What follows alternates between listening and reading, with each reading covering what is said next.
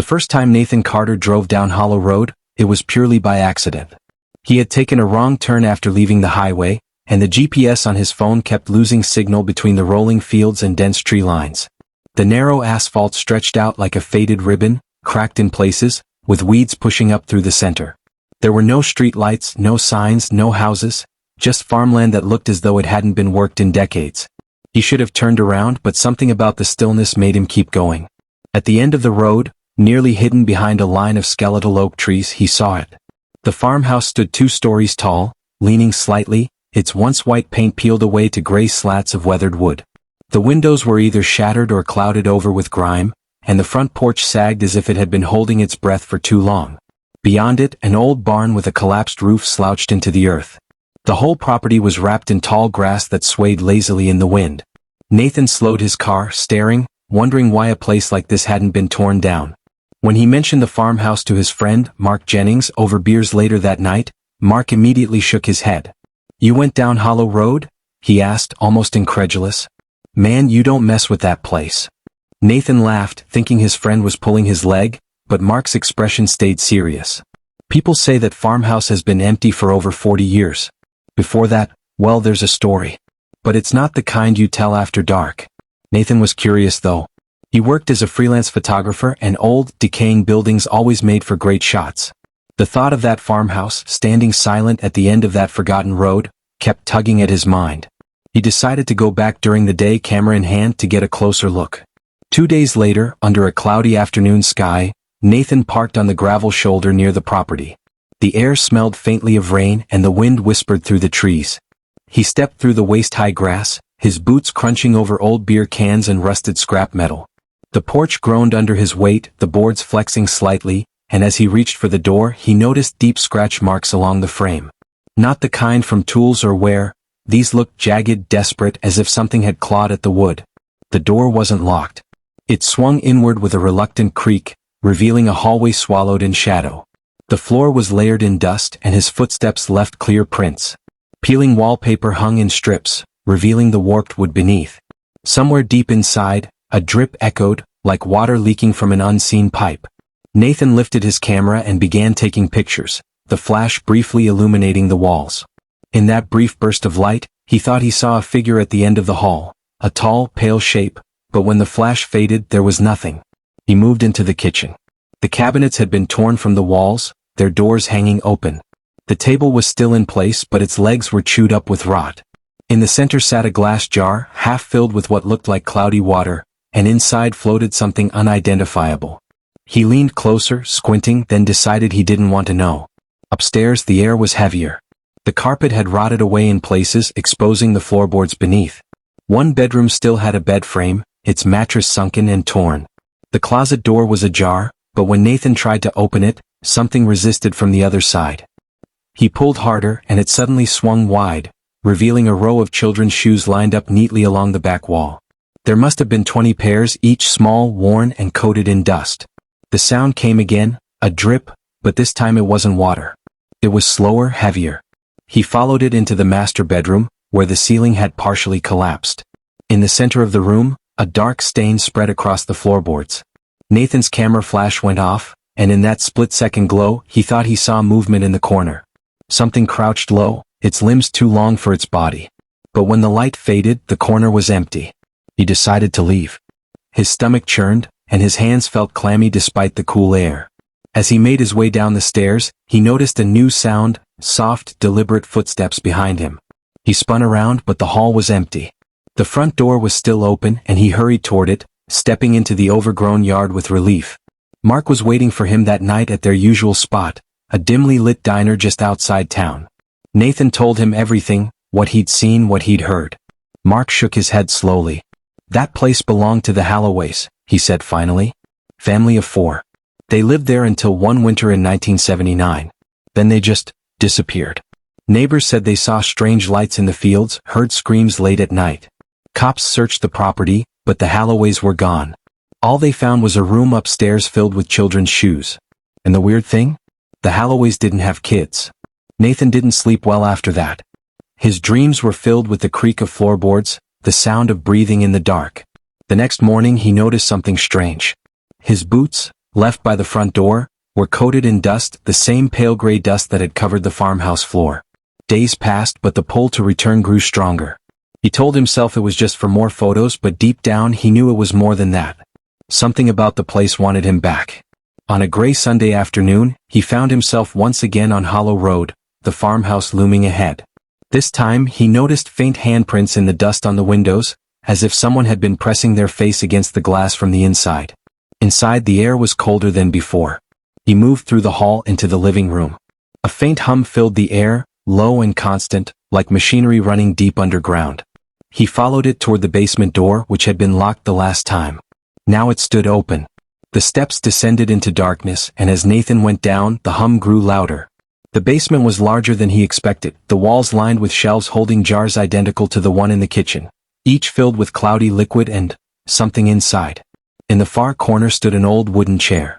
On it rested a child's dress, perfectly clean as though it had been washed yesterday. Nathan lifted his camera to take a picture, but the flash failed. He tried again. Nothing. That's when he saw it. Not in the light, but in the shifting shadows. A tall, thin figure, its face featureless, its hands too long, moving toward him in silence. He stumbled back, tripping over a jar that shattered on the floor, releasing a sour smell. The figure didn't speed up, didn't slow down, it just kept coming. Nathan bolted up the stairs, heart pounding, and didn't look back until he was outside. The door slammed shut behind him with a force that shook the porch.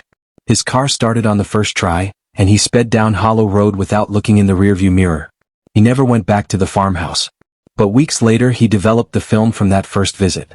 In the hallway photo, the one where he thought he saw something, there it was, clear as day.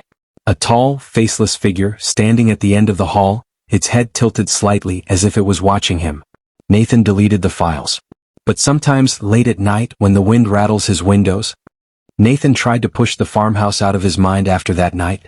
He focused on work, filling his calendar with photography gigs in nearby towns, shooting anything that kept him in well-lit spaces with other people. But the human brain is stubborn, and the images from Hollow Road wouldn't fade.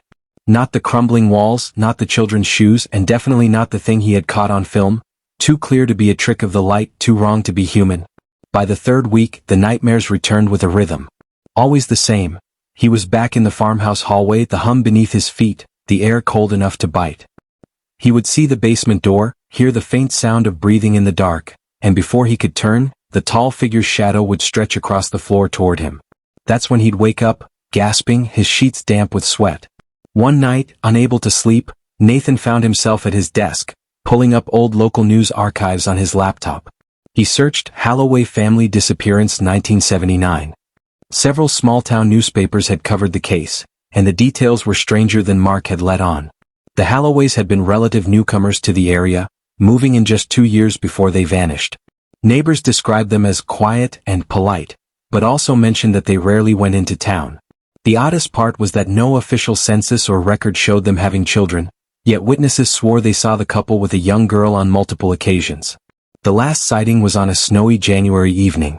A farmhand working a nearby property reported hearing high-pitched laughter coming from the fields, followed by a sharp metallic screech, like a giant piece of machinery grinding to a stop. That same night, another neighbor saw a bright light over the farmhouse that didn't look like a plane or a star. The next day the Halloways were gone. One article mentioned that the property had changed hands twice since, but both new owners abandoned it within months. No one had lived there in over 30 years. County records showed it was officially marked unsafe and due for demolition, but no action had been taken. Nathan sat back in his chair, his skin prickling. If the county hadn't torn the place down after decades, it was either bureaucracy or something else. Something that made even demolition crews keep their distance. By morning, his curiosity outweighed his fear. It wasn't logical, he knew that, but something about the farmhouse was pulling him back. This time he decided to go prepared. He packed his camera gear, a flashlight, spare batteries, and, though he wasn't sure why, a small voice recorder. If nothing else, he could capture the hum, prove to himself it wasn't just in his head. When he reached Hollow Road, the sky was heavy with the threat of rain. The air felt different, charged, as though a storm was already sitting in the soil. The trees along the roadside leaned in like silent onlookers. The farmhouse hadn't changed, but it felt aware. He could swear the shadows in the windows were thicker, like curtains drawn from the inside. Nathan stepped onto the porch. The boards groaned in the same familiar way, but this time, the sound seemed to echo longer than it should have, fading into the dark like something was listening. Inside, the smell hit him first. It was sharper than before, metallic, almost like blood left too long in the air. His flashlight beam caught the hallway where the peeling wallpaper now looked damp, darker at the edges. He moved to the kitchen, aiming his recorder toward the faint hum. It was still there, steady, mechanical, with a rhythm that didn't match any normal piece of machinery. It almost sounded alive. From the corner of his eye, Nathan saw something shift in the living room doorway. He swung the flashlight toward it. The beam landed on the same glass jar he'd seen before, but the cloudy water was gone.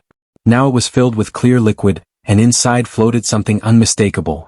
A small, porcelain doll, its painted eyes wide open, its tiny dress identical to the one he had seen on the basement chair. Nathan's breath quickened.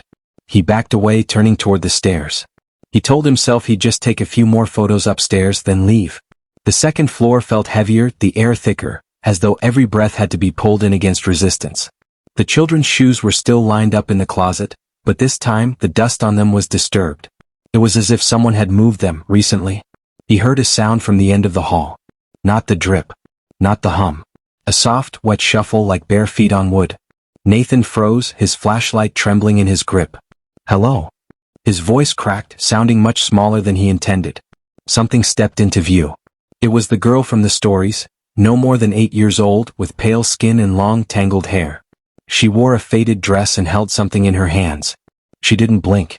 Didn't speak. She just tilted her head, studying him. "What are you doing here?" Nathan asked, but his voice came out in a whisper. The girl slowly lifted her hands. In them, she held one of the children's shoes from the closet. She dropped it onto the floor, the sound impossibly loud in the stillness. Then she turned and walked toward the master bedroom. Nathan followed before he could think better of it. The bedroom looked the same except for the stain on the floor. It was bigger now, darker, fresh. The girl stood at the far corner, her back to him. Then she spoke, her voice small but clear. "It's hungry." Before Nathan could respond, the hum from the basement roared to life, shaking the floor beneath his feet. The girl turned, but her face wasn't right anymore. Her eyes were too black, too deep, her mouth curling into a grin that didn't belong on a child. Nathan stumbled backward, bolting for the stairs. The house seemed to shift around him, the hallway stretching, the shadows reaching. He hit the ground floor and ran for the door, but when he reached it, it was closed, and it wouldn't budge. Behind him, footsteps pounded down the stairs, too heavy to be the girl's. He turned his flashlight toward the sound and saw the tall figure again, its limbs bending wrong, its faceless head tilted. Nathan slammed his shoulder into the door one last time. It flew open and he spilled onto the porch, hitting the ground hard. The hum cut off instantly. When he looked back, the doorway was empty. The farmhouse stood silent, still as if it had never moved at all. Nathan didn't stop driving until he reached his apartment. He deleted every photo, every sound file, but deep down he knew it didn't matter. The hum still came at night, faint but constant, from somewhere below his floor. And sometimes when he passed the darkened street, he'd see her, the girl, standing at the edge of the sidewalk, holding a single worn shoe, watching him without blinking.